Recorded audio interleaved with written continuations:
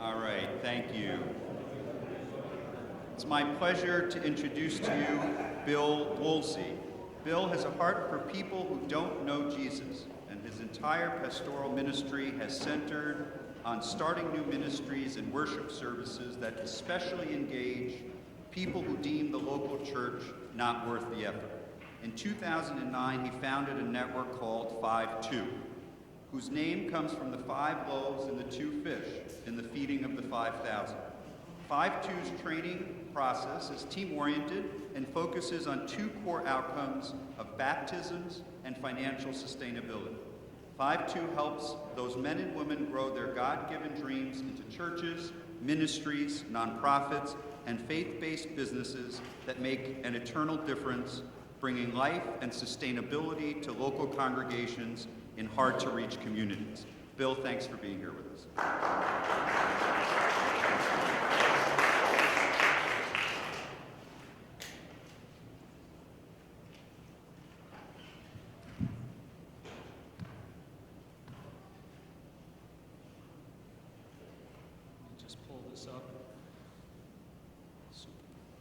Renato, thank you so much for inviting me to be a part of this today, and I just want to thank you. It's always refreshing to hear a vision for the church coming not from a pastor, and especially your desire to see the church act on this new reality of where it finds itself, especially in a city, in a metropolitan region such as this. I'm curious this morning, or this afternoon I guess almost, how many of you come from a European-based denomination? So your denomination began over in Europe. So basically, your core value, one of your top core values is education. All right? So one of your top core values is education. Your top core value is not action. It's not, right? You value educated. Probably your path to leadership in your denomination is through educational tracks. How many of you come from a denomination that was started predominantly or has its growth roots here in the United States? So you, on the other hand, one of your top core values is action. And you're probably more nimble. You don't require typically as much educational criteria to move into leadership. So I propose to you that in today's church, we need action with a new attitude. We don't need as much learning as we think we do. Instead, we need more going and seeing and trying. And that's really at the heart of what we do. Let me start with 2 truisms that I think we'll all agree with. And the first truism is that the world around our churches is changing and too many people don't know Jesus. The United States is the 3rd most populated country in the world, in part because it is the most immigrated country in the world. The largest country-to-country migration happens through Mexico to our south, into the United States, in the world. When you add births, deaths, and migrations together, approximately 7,000 people are added to the rolls of the United States every single day. 7,000 people a day. But at the same time as all of that's happening, the world around our churches is changing, and too many of our churches are in danger of becoming museums. We all have these beautiful buildings built to house hundreds, if not thousands of people, but now holding merely a 2-digit number.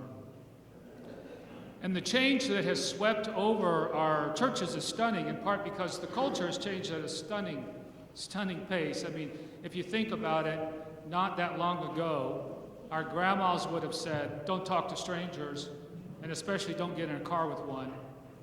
And now, grandma drives for Uber, right?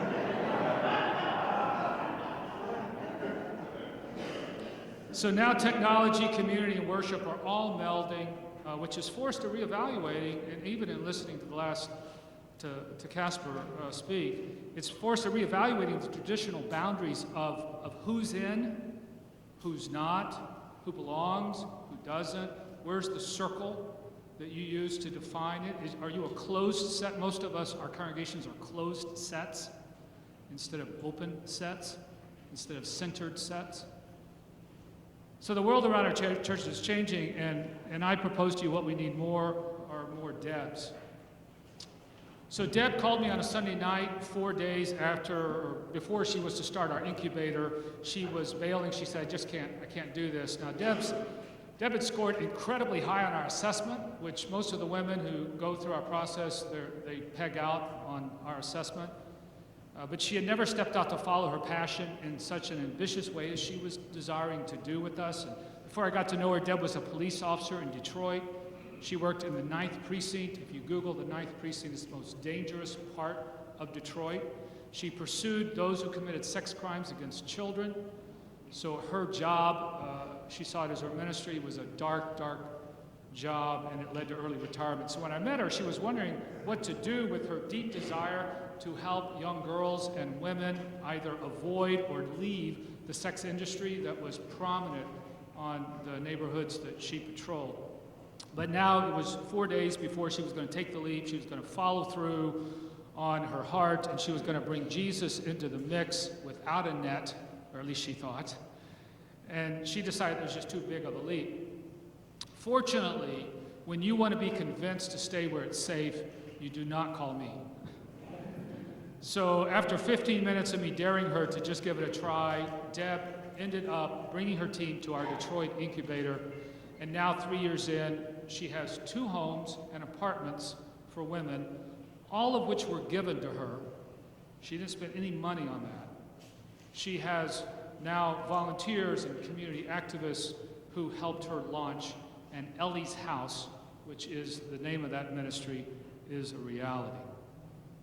Now, Debbie's example is a divine reality that of what is often missing in communities is divine leadership. So I'll say that again.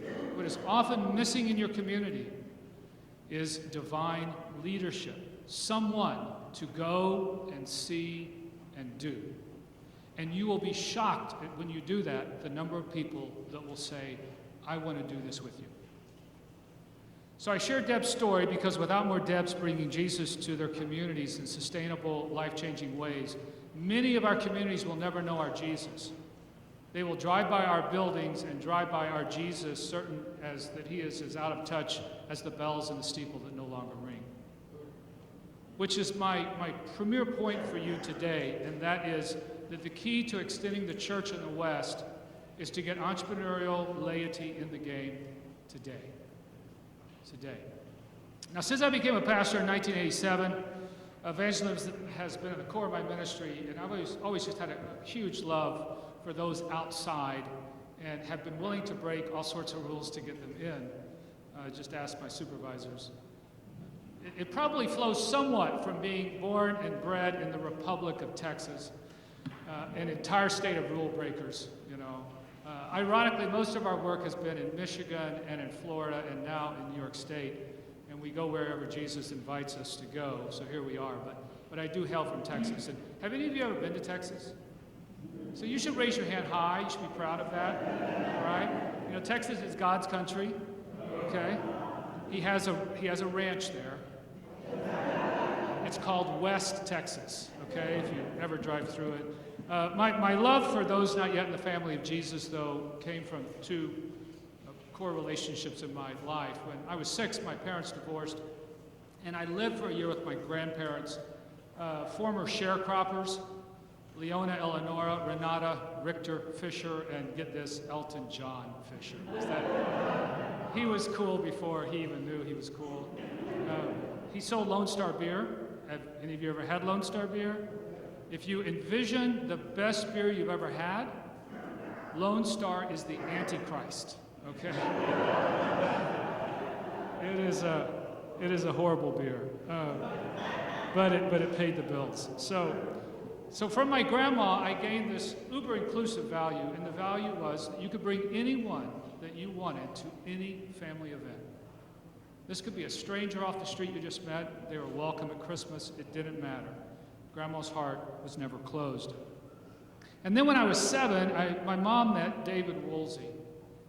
He married Mom, and like water, when you added it to those old Folger instant crystals and became something supposedly incredible, he instantly had a family of 3 young boys, and I'm the little one, or the big one on the far right.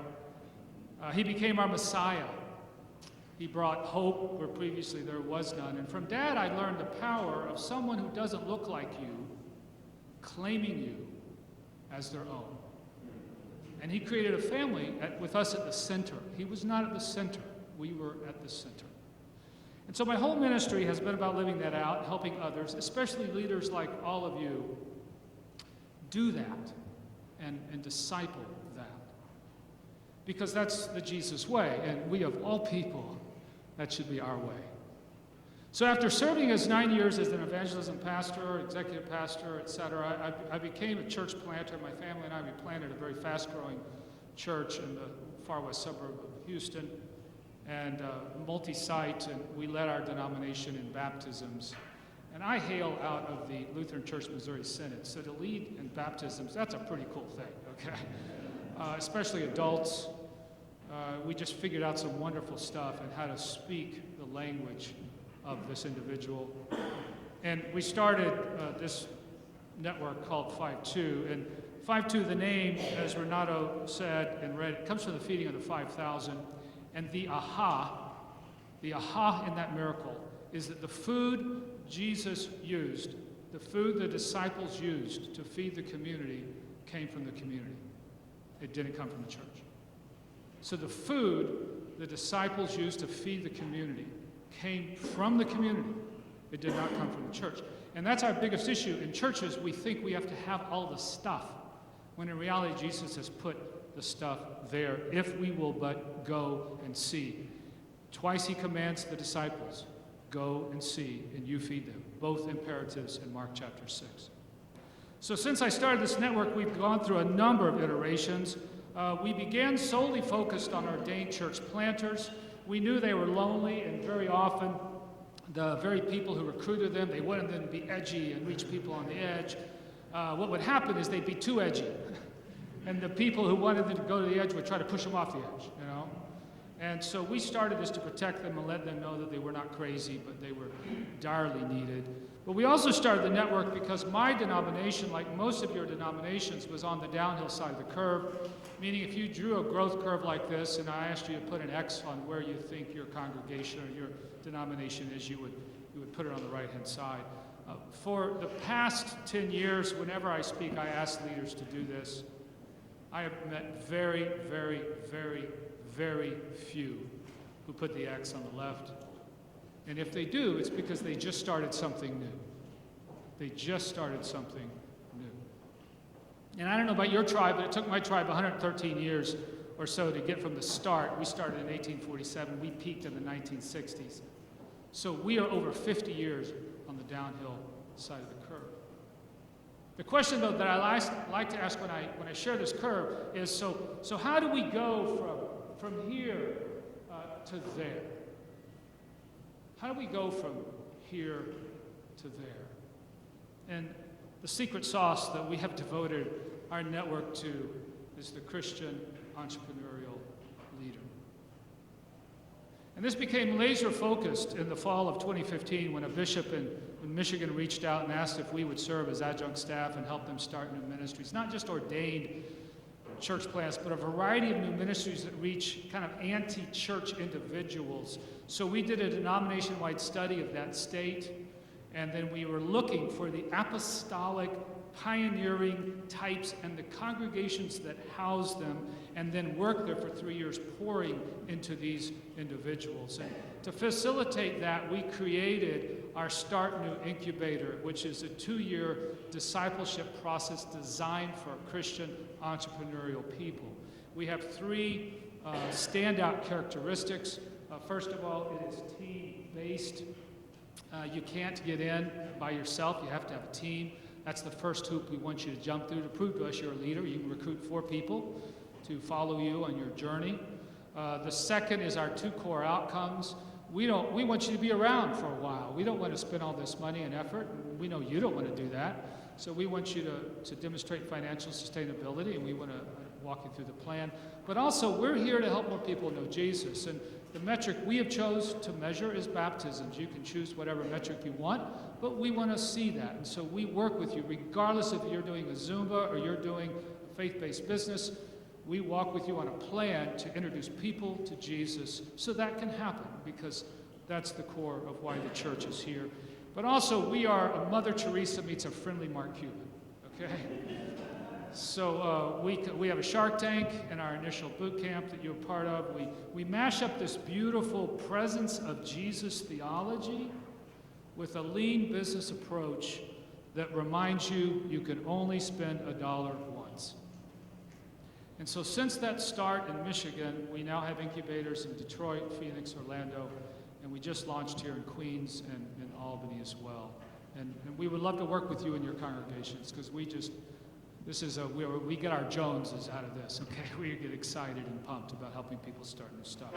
Now, it was about that time that another thought was happening in my mind, and that is that for the first 27 years of being a pastor, I helped pastors be better pastors and reach their communities, and especially church planter pastors. But somehow around 2014 or so, I was getting really frustrated that most of the pastors were just kind of nodding their heads and moving on. They weren't really interested. And I started to realize those are the wrong people to get in the game.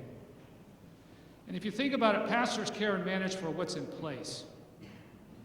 If the pastor is truly a pastor, you know, they have good shepherding tendencies, and they're really strong in that, then he or she went into the pastoral ministry to shepherd a flock and to care for a flock. If one of his flock wanders off, you know, she knows the song and she goes and finds the sheep. She likes to care for Christian sheep. And most pastors are not entrepreneurial, however. Matter of fact, most of the U.S. population is not entrepreneurial. Study after study shows somewhere between 12 and 14% are entrepreneurial. So he likes to care for sheep, but he's not into hunting wild sheep. Okay? He's not even sure he's vaccinated against the bite of a wild sheep. You know? And what do you feed him? A steady diet of liturgy? Who knows? Okay? So somewhere about 6 years ago, our network said, rather than get mad at pastors who are not wired to hunt wild sheep, let's get pastors to help us find men and women who do love to hunt wild sheep, who think wild sheep are cool and hip and actually interested in spiritual stuff, as long as you treat them with respect, which is very true. You and I, we live in an incredibly spiritual nation. It's just not a Christian nation. It's a Hindu nation. We are one nation under a multitudes of gods and goddesses. Whether it's a soul class, you know, god or whatever it is, or there's just lots of variations of those gods and goddesses. But generally speaking, most everyone thinks Jesus is pretty cool. Survey after study, survey after study, he's one or two on the list of cool people. They may never have really met him or really read much about him, but he's still got game. And so for the past 5 years, I've spent the majority of my time with the Debbies of the world who love wild sheep. And we started small and personal in this process, but in the last 4 years, we've worked with 40 teams, launching new ministries and replanting old ones. And we quickly realized that our process works, whether it's just not just a new start, but also existing congregations, whether they are healthy and desiring to reach their community in creative ways, or they are near-death, 100-year-old who need to be replanted in a similar fashion to their original birth. Now, you never denigrate those who have gone before us. We stand on the shoulders of those who have gone before. We're in buildings of people who built them. We didn't build them. But we must help those who went before understand that unless the congregation changes and welcomes new people, it will die with those who have gone before. So 60% of those teams have been led by lay people, and the ones that are not are full of entrepreneurial lay people who the pastor often just shepherds. She just shepherds them. She affirms them. So we believe that every congregation has at least one entrepreneurial leader, unless you just run them all off, okay? But they have just one entrepreneurial leader that, if encouraged and permitted, could bring new life to that ministry. And the beauty of this entrepreneurial mix is that it spans generations. It's a Psalm 139 wiring. It is not limited to one age group. We do have the millennial generation, which is the largest, most entrepreneurial, supposedly, and least Christian generation on record. But we also have the older generations who are living longer with disposable income, and they are wondering if the job that they always wanted was perhaps the dream they never pursued. Which is why in our network we talk about helping men and women turn their God-given dreams into ministries, churches, nonprofits, and faith-based businesses that make an eternal difference. And let me show you some of the 40 teams and ministries that we've poured into. First of all, there's Restore Detroit. Restore Detroit is based off of Restore New Orleans after Katrina. It's run by a pastor and his wife in the 9th precinct of Detroit. I visited there, and the house was on fire, and nobody does anything about it. It's just a whole different, it's literally as a third world country. Beautiful ministry happening. Old church of like 40 some odd people worshiping, huge building, but they are bringing new life. They turn part of the church into dorms for people to come in and stay in to help renovate this whole community. Just wonderful, wonderful story after story. Pay It Forward Cafe for the homeless. This is led by Amanda Krigner in the outer ring of Detroit. Great concept to her ministry there, that when you come up and you buy something, you can pay for another meal and it's put on the board so that a homeless person doesn't have to they still have respect. They can come in and just take something off and then their meal is paid for. Immigration Services in Orlando, Florida. This is led by Ligia Morales. She's a Venezuelan, and her heart is for the displaced Venezuelans. And so, beautiful ministry came out of Prince of Peace Church there in Orlando. We've helped transition an Anglo congregation to an Eritrean-led one. That's led by this group over here on the left, DeWeet Boker and his team. And then also a Hmong language school in Merced, California, led by Du and Sue Zong. Great couple, and that whole culture is fascinating culture. We work with a preschool for immigrant moms, led by Michelle Jones. Coffee shop and worship space in St. Ignace in the UP of Michigan, where it's so cold, normal people should not live there. And this is a great story. This couple, they said, we're going to retire to the UP of Michigan like many Detroit people do. They got up there and saw that the church was in a hotel and said, this isn't right.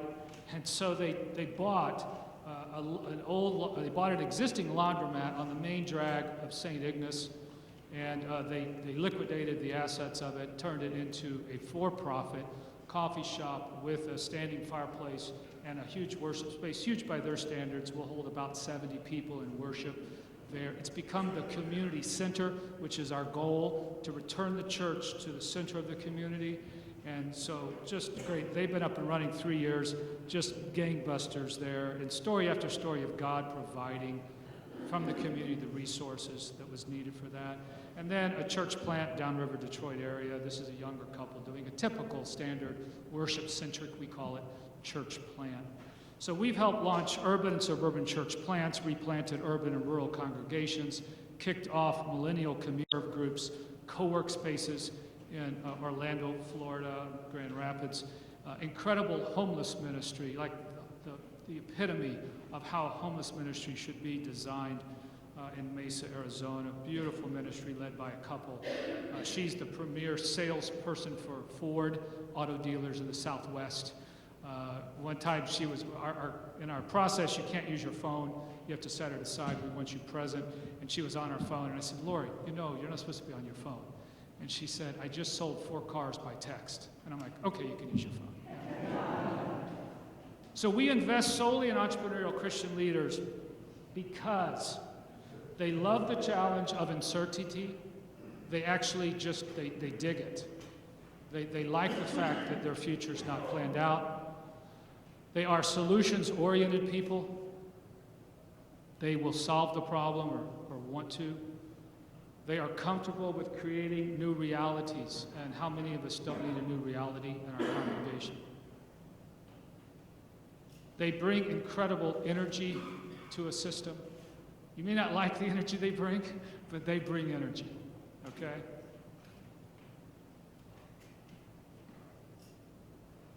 They create momentum by injecting new into old. They know how to build momentum. Usually if you ask them how they do it, they can't tell you how they do it. It's just wired into them. That's why it's so important to find them. They understand that you have to start new to reach new. And my last but favorite one, they already go. So why not just encourage them to take Jesus with them? I mean, they go all the time. They're constantly going. So now for the rest of the time that I have, I want to share with you some things that we've learned over the last 4 years. And I'm going to bucket these into 3 buckets. The first is the type of person that you're looking for, then 7 things that they need, and then the role you should play. So I hope to give you some pretty practical, you can take this home and do this stuff, and if not, we'll have time for questions, and we'd love to unpack that with you. So let's talk about, first of all, who you're looking for. And I would just have you start. Again, start where you are, or if you're a denominational leader or an exec, so you're over multiple congregations, start first of all with the congregation, and in particular, you want to go with the congregation that is near death. Adults learn when they feel a need to. They do not learn when they don't feel a need to. And people who are near death, their need to learn goes way up, okay? All right? So you want to find the ones who are like realizing they're on death's door. We think it's probably why in our network we're having some success here quicker, because the congregations are like, we all know we need to do something. Or you want to go to the other side of the spectrum, the congregation with evangelistic DNA and history. So it's in their blood, you know. They are the ones that you can kind of start asking questions, and maybe they were the mothership, you know, of all the churches in that region or something. And you can usually find somebody there who remembers or will tell you the story. And you can bring back that story. So they're not discovering something foreign and new. They're discovering something old to be made new. Okay. Those ones that are near death, you know, you're wanting those because they kind of realize that the blood over the lintel post was for Egypt, but probably not for New York City. The angel of death is not going to pass them over, okay? So start there if that's where you are, and we encourage you to start there because, again, we really think if you've got 50 people there, chances are, okay, if you've got a chance there, 10% could have some entrepreneurial leanings or makeups in that mix. Now, the second person we want you to look for is the pastor. And in particular, this may be a pastor who's entrepreneurial. We find those are very rare. But we want you to go for the pastor who embraces the Ephesians 4, equipping the saints for the doing of service. So you want to see if that person really, does he really believe it? Does she really believe it? Or, you know, is she faking it? She doesn't really believe it. And so is there a release of ministry that's demonstrated in their lives already? Are they an encourager? Which literally means they pour courage in. To encourage is to pour courage in. So are they encouraging? And so if the pastor is not a true Ephesians 4, it's very hard to create movement in that congregation. It's just hard to do. I wouldn't waste my time there. Okay? I would try to go to. But if you have one that does have that, that's very powerful. And then especially we want you to look for the pioneers. Now these are the apostolic leaders. We see them pretty much in the APE, you know, apostle, prophet, evangelist. They're falling into that. They know how to generate growth. They know how to create growth. Apostolos, right, the sent one. This is whose nature is to go and embrace. They build bridges into new cultures. They love hobnobbing in this new area. They're the Peters who are willing, because of a dream, to eat pickled pig's feet. But they're also the Pauls who confront the Peters when Peter, you know, says, yeah, I'm allergic or whatever. So when you look for these people through the assessment, we use a particular assessment. So we're looking for a particular type of traits. We look for these characteristics. First of all, we want a heart for Jesus and for people far from God. So it's not just enough that you have a heart for Jesus. Matter of fact, we'll take you if you love people who are not in the church and you're still wondering about Jesus. We can disciple you in Jesus. It's hard for us to put the entrepreneurial stuff in you, okay? So we want the heart for people far from God. You like to be out there. Do they spend more time out of the office than in? Do they spend more time with the community folks rather than congregation folks? These are your youth leaders you get frustrated with because they're never around. Okay? That's the person you want. The second thing we want to know is, do you have a history of starting stuff? We don't care what you've started, but have you demonstrated you know how to start stuff? Have they taken an idea or a desire and brought it to life?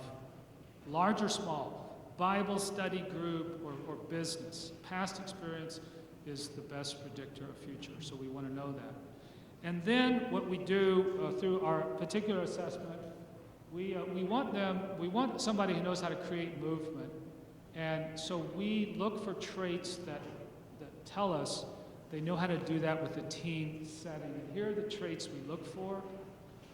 So you can copy those down if you'd like. They are in order of most important to us.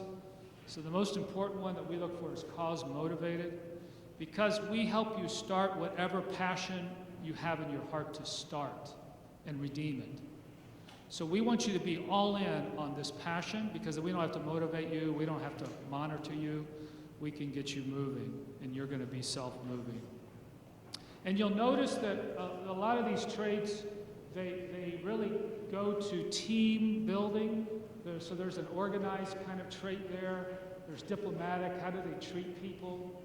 Helpful is the second one, because helpful means that if I'm on your team, I feel, if you're helpful as a leader, I feel that you're helping me succeed in my goals. You're not just using me to get your goals done. When you see churn in some of these ministries, it's because people don't feel like, they feel they're being used. A helpful leader communicates, I'm helping you as well, okay? So you'll see that a lot of these are building around movement and action and going, and that's what we want. Now, I understand this is a long list, it's 11, it's hard to kind of take those things down and see what exactly you should go with. But as you look at it, you might just, if you've written some of those down, you personally might circle a couple that you go, this is probably what I would want to resonate with and I'd want to see. One of the reasons we like the cause motivated one is because it's pretty easy to discern. You can ask somebody a question and they'll tell you, or this is the rabid person who talks to you all the time about the new pet store or whatever. They love their pets or whatever it may be. So now if you'd like a simple list to carry in your pocket, I like the Harvard's Big Three. Harvard did a study, I think it was about 2016. One of the individuals there, one of the doctors, and he looked at what's the difference between a great leader and a great entrepreneurial leader. What distinguishes entrepreneurial from just being a great leader? And in particular, there were three traits there. The first one was energized by uncertainty, which we spoke a little bit about earlier, but this is what gets them up in the morning. This is the individual, this is the woman who will say, I don't know how we're going to fund this thing, but we're going to go for it. Okay, so they're so compelled to get to a destination that the chances for failing don't concern them as much. It's why they're very good at managing risk. It's not that they just love risk, they're good at managing it, but it's that uncertainty that energizes their life. The second one is they're control freaks. Okay? They want to control it start to finish. They do not want to be given a blueprint. They want to be given a picture. Just build me this. Or they want to be given a word. They like boundaries to be really far out. So if you have this person and you're gonna try to get them going, make sure you tell them where the boundaries are, because they don't like boundaries. And put the boundaries as far out on them as you can, so they have freedom to build and create inside. So you might tell them something like, we want you to discover how to start a ministry in the community that meets a need. That's it. No other prerequisite on that. And then let them run with that. and then celebrate as they build those new relationships and they start those new things. And then the third one, so this is really the trifecta of that premier kind of leader. They excel at influencing. They can sell ice to Eskimos kind of thing. They can convince you need a new car and you just bought one a week ago. So they are compelling and they're good with words. So they're energized by uncertainty. They control start to finish and excel at influencing. And just take a few seconds and on your paper, does this remind you of anybody you know? Is there anybody in your ministry, in your circle, that this reminds you of? That you could say, I wonder if I ought to just ping this person and take them to lunch and just talk with them. Okay? Now, a simple free way, if you want to do something too, on our website, you can go to FiveTwo.com/quiz. We have a very simple 7-question quiz that we put together, and it will help you right away see if this person is at least worth pursuing and talking to. And if you send this to one of your individuals, they're going to get all the information. You're not going to get it, so make sure you ask them to share it with you and to forward the stuff to you. Okay? So that's the type of person that you are looking for and you're wanting to recruit into your work. Now, then the second thing that I want to get you to is 7 things that they need. And we'll move through these pretty quickly. So this Deb story that I told you about in the beginning, it really houses the number one thing that we've found time after time that every leader we've worked with needs, and that is they need courage. They need courage.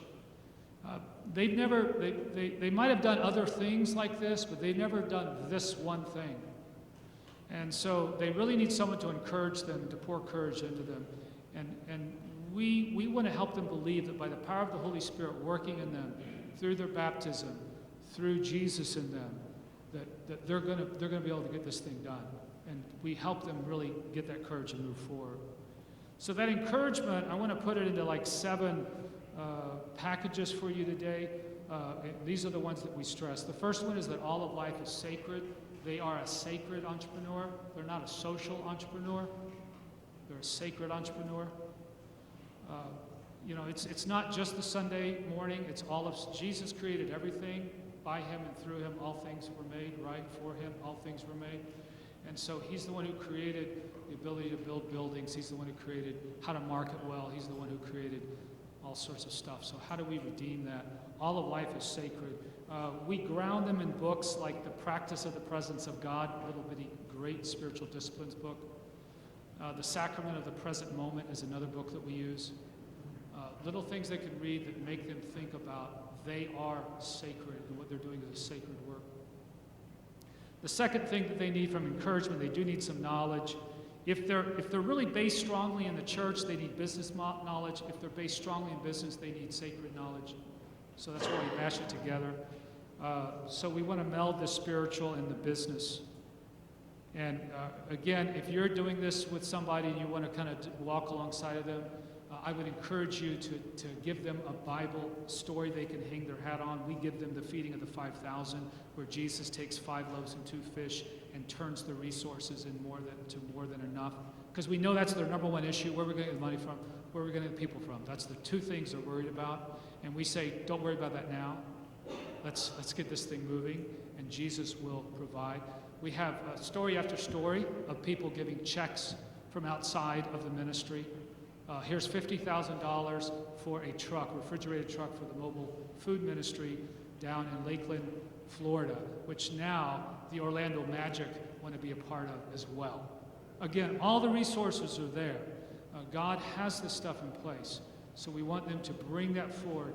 Don't worry about the money just yet, and let's meld this spiritual and business together. Now, to help them with that from the business side, we employ a business model canvas approach. Some of you may have heard of that. This is an entrepreneurial model that is used. And I'll just show you an example of ours. It's an open source. You can find it on the internet. We have taken it, we have made it into a very spiritual expression. And so everything in blue that you see on there all comes from the feeding of the 5,000. But each of these blocks are very important, and this gives the team a roadmap for turning their dream into reality. Now, one of the things that you are not able to maybe clearly see, but down here on the bottom, in where you're going to get the money from, you would see that it has earned and has donative. Everything we help start, if it's a nonprofit or a church, we want it to have an earned income stream. We want to understand, and we help them work through a business model of how they're going to be generating income. But then also, how does their cause so exciting that people want to give to it? So there's a donative stream as well. We teach them how to pitch and how to explain that. Probably one of the biggest important things of this model, though, is that it's a customer-centric approach. Businesses fail because they don't have a customer. Churches fail because no one wants what they're offering. So we force teams to understand who they are seeking to reach before they decide how to reach them. So you need to understand who you're trying to reach before you decide how to reach them. Most all the teams come into our process with an idea. They want to build this widget. They want to start, my favorite one was, we want to start a worship service for millennials who don't go to church. And I said, so do you think millennials who don't go to church want a worship service?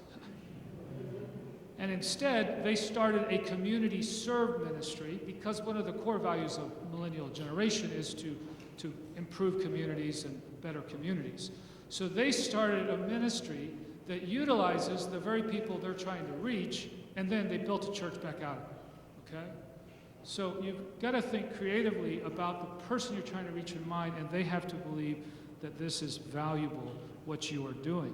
Now, so most of the time, most all of the ministries we help start, even churches, we want them to lead with a particular need that their customer has, a particular job their customer is trying to accomplish in life. But we always want them to bring Jesus with them. So Jesus is always there. We say, Jesus, what's the platter you're going to serve Jesus on? Okay? So we really want to make sure that that's there, but that's usually, unless you're an immigrant population of displaced Christians, if you're an immigrant population of displaced Christians, start a worship service, you'll have it in their language. The fourth thing is a lean mindset.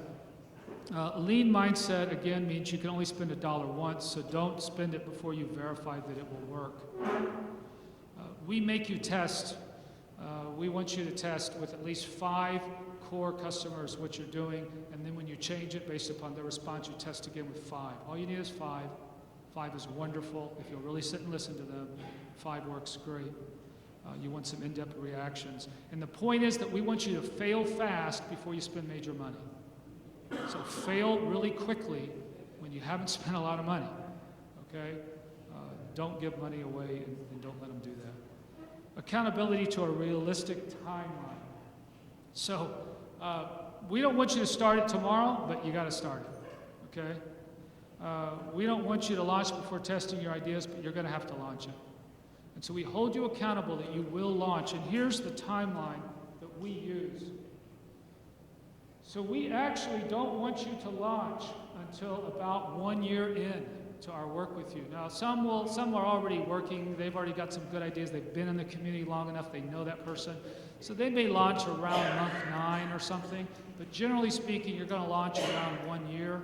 And then around 2 years, we want you to show some pretty good marks of sustainability. And we work you towards that. And what's funny is when we give you a deadline that you know you have to launch, it makes you work toward that. If we never tell you when we want you to launch, then it will not always happen. They're also going to need a coach who has been there, who loves them and believes in them and holds them accountable. Too many of our denominations try to coach and teach startups using people who have never started or planted. It's like trying to teach me how to play golf because you read the book. All right? I would never hire a golf instructor who hasn't played golf, and he better be pretty darn good at it. So why would we help somebody start something, but they don't have a coach who knows how to do it? So we work hard at making sure all of our instructors and coaches have been the lead dog on startups or on the team. And if you're doing that for your own denomination or your work, make sure you find that person. Then, last of all, they're going to need some seed money, but in proportion to their experience and to milestones. Do not just give them a pot of money. Give them money when they demonstrate certain behaviors or certain milestones. We encourage giving money for training. And we encourage when you hit that first year mark, you get some money. We encourage when you have a bona fide business plan, you get some more money. So they need to know that there is somebody there who supports them, but at the same time, please don't give the money away. When we work with denominations, we encourage a returnable dollar model. And the returnable dollar model means you can actually access, depending upon the denomination and the endowments you have set up. Most of the time, we see there's a lot of money out there, but the problem is it's been frittered away or it hasn't been spent wisely. So we'll see, say, we work with districts and denominations, say, we have $200,000 we can give you to help start something. But it's returnable dollars, meaning it's no interest, you pay it back over 20 years. $200,000 paid back over 20 years is only $800 a month. It actually makes it pretty feasible for that new ministry. Again, so depending upon where you find yourself in that situation. So those are the 7 things. And let me just move then, and then we can do some questions.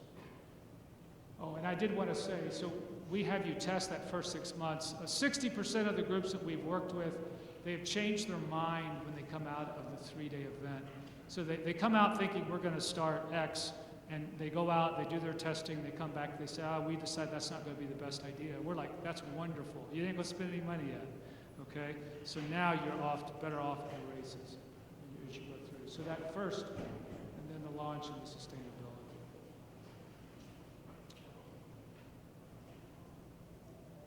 So your posture. I want to encourage your posture, first of all, to be that of a prayer person, a deep person of prayer, but specifically praying for Jesus to raise up these leaders. You want to pray for these leaders. The church, nothing's going to happen without the leaders. How many of the miracles do you and I know that the miracle did not happen until the disciples did something? The water and wine at the wedding of Cana did not happen until the servants filled up the vats with water. So be men and women of prayer, and if possible, if you already have a prayer network, then elevate this in your prayer network. Make this like one of the top things in that. When we have seen these ministries surrounded with prayer, the beautiful stuff that God does. The second role that I ask you to do is that be of a promoter.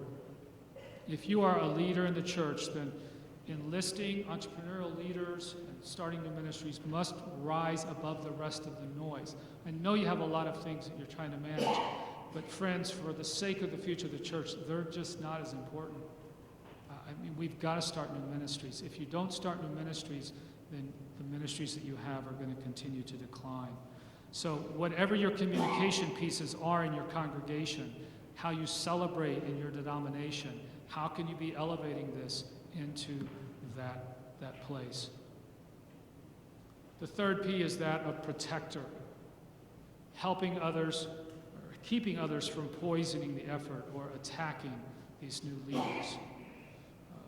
Our work here in this area of the country with the particular LCMS district, the Atlantic District, Bishop Lee Cakes, we have a cohort that we're part of, that we're leading, and it's really affirming these guys. It's protecting them.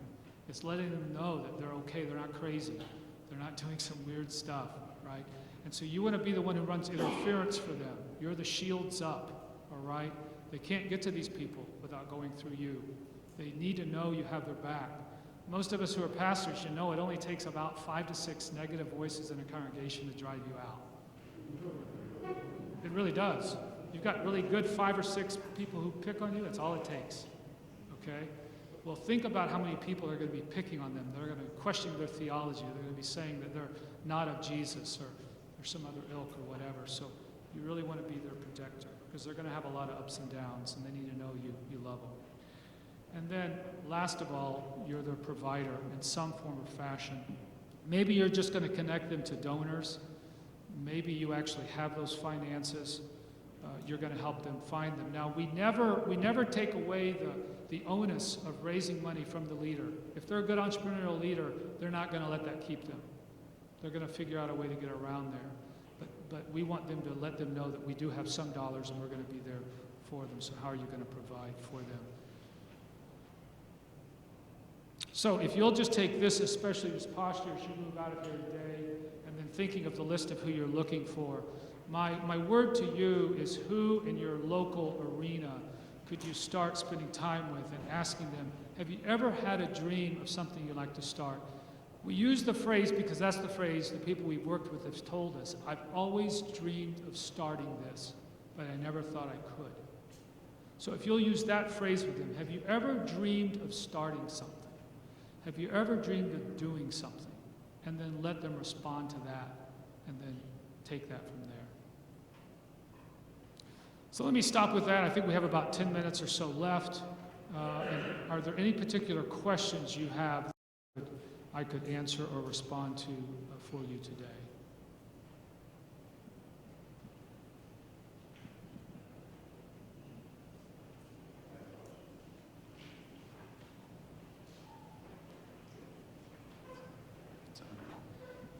Thanks for that, Bill.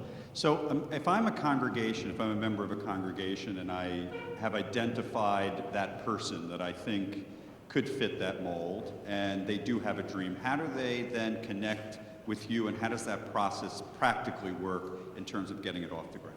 Yeah, the process practically works as they could simply go to the website, they could take the quiz, they can fill out a form. We ask them, what have you ever thought of starting? We then immediately get back with them and start having a conversation.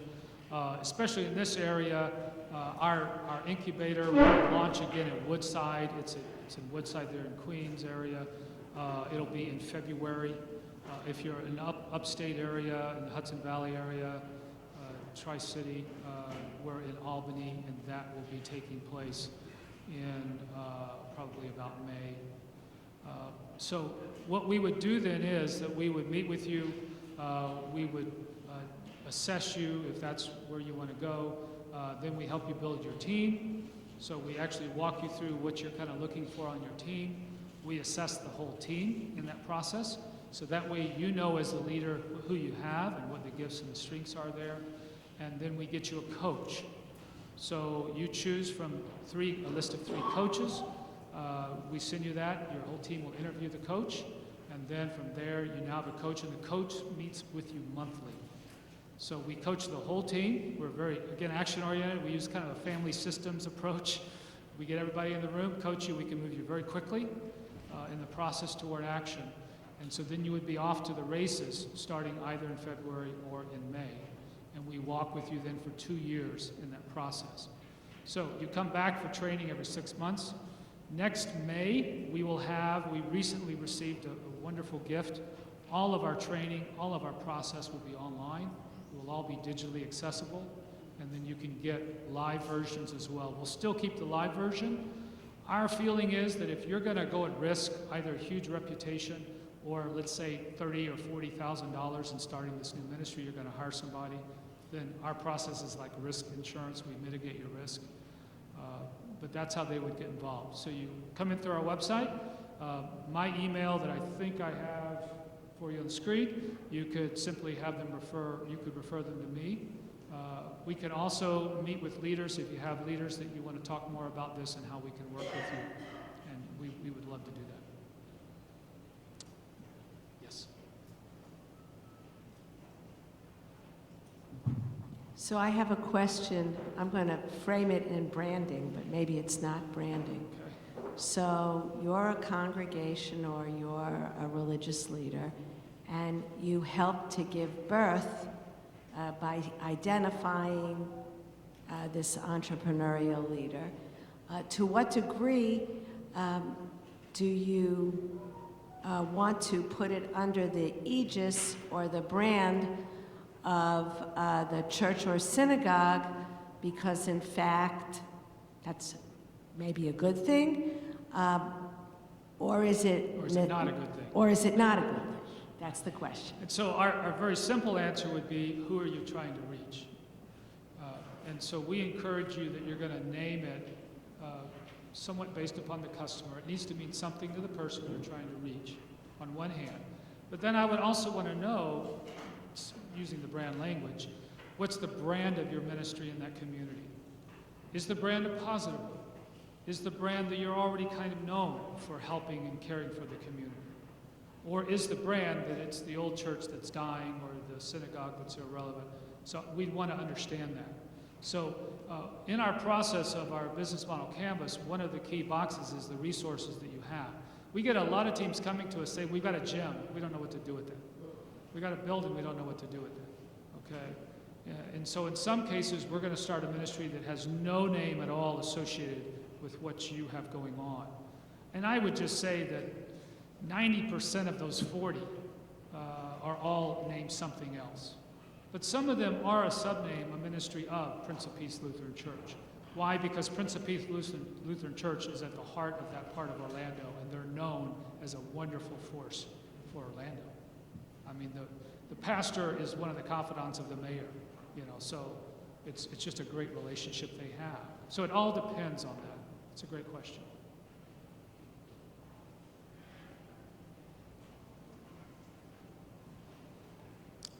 Thank you very, very much. Thank you for being here today.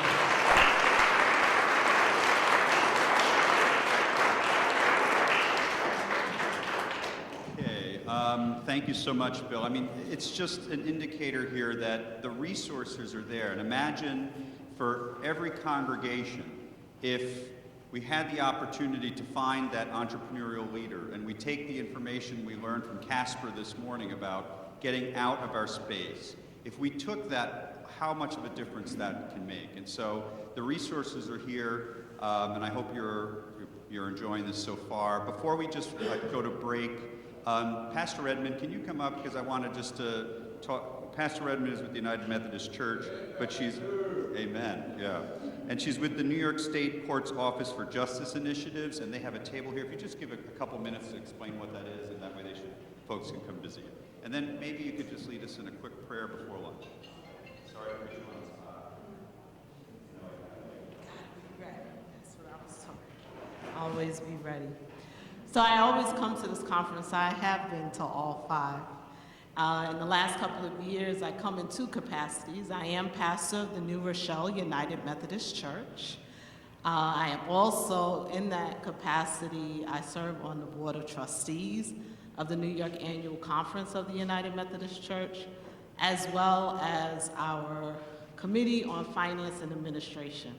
So I always appreciate this conference because I'm always learning something new that I can take back, because we haven't gotten enough of our United Methodists sold on coming out to this conference.